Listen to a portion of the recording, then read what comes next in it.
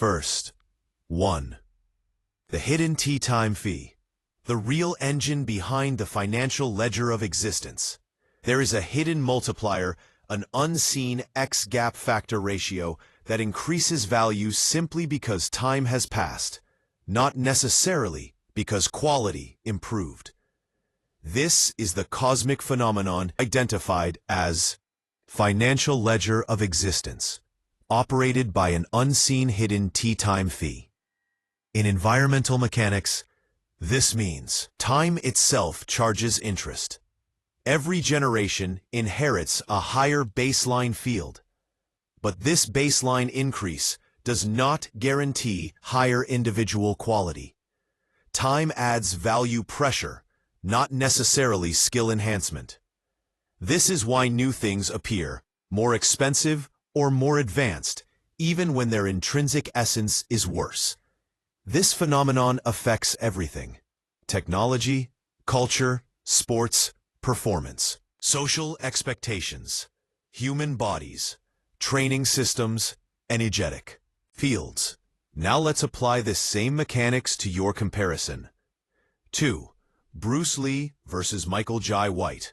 Why the better fighter of 1970 might lose in 2025. This is not about personal superiority. It is about field baseline displacement. Let's break that down. 3. Field baseline reality. Why a 2025 fighter has an automatic advantage. The baseline of 1970 does not equal the baseline of 2025. Every reality field has a strength coefficient. This coefficient slowly increases over decades due to technological expansions, knowledge compression, equipment sophistication, nutrition advancement, biomechanical mapping, improved training environments, societal field density, higher resolution embodiment. You can call this the accrued tea-time interest of reality. Someone alive in 2025 inherits this baseline advantage automatically. This does not mean the 2025 fighter is better, just that he is operating inside a denser, more optimized field. 4. Bruce Lee's actual skill level, intrinsic field value. Bruce Lee in 1970 had, hyper-optimized nervous system, extremely high proprioception, limit-breaking biomechanics, peak coordination and neuromuscular elasticity, a rare internal kinetic intelligence field. In pure intrinsic martial value, Bruce Lee is likely the superior fighter if both men had identical access to modern tools and context. 5. The tea-time gap factor ratio. This ratio explains why a weaker present-day fighter beats a stronger past fighter, even though their pure skill essence says otherwise. Because the field of the present is denser, richer, and more resourced. The field of the past is lighter, thinner, and less resourced. This is exactly like comparing a 1970 Formula One car to a 2025 Formula One car. You cannot compare machines across fields. You must compare them within their field. 6. Environmental mechanics of skill translation. Skill does not exist alone. It exists inside an environment. That environment includes training methods, sparring density, equipment evolution, biomechanical science, recovery technology, social pressure, nutritional intelligence, atmospheric field pressure. These environmental variables scale automatically with time.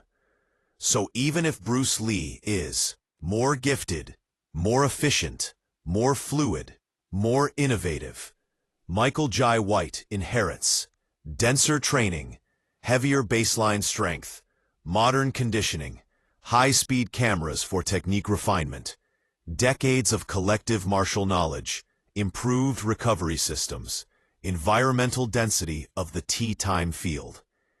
This gives him a baseline buff that Bruce Lee did not have access to. This is the tea-time fee in action. Skill versus field. The real formula. Here is the literal environmental mechanics equation.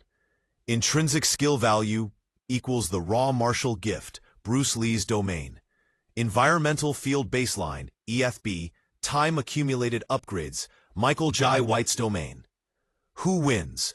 Modern fighter equals ISV plus EFB. Past fighter equals ISV plus lower EFB. So even if ISV of Bruce Lee greater than Michael Jai White, the environmental field makes ISV plus EFB of Michael, ISV plus EFB of Bruce. This is why later performance is not automatically better performance, but it appears superior in cross-time comparisons. Time inflation and the currency of relevancy. Just like money inflates, the currency of athletic performance inflates over time.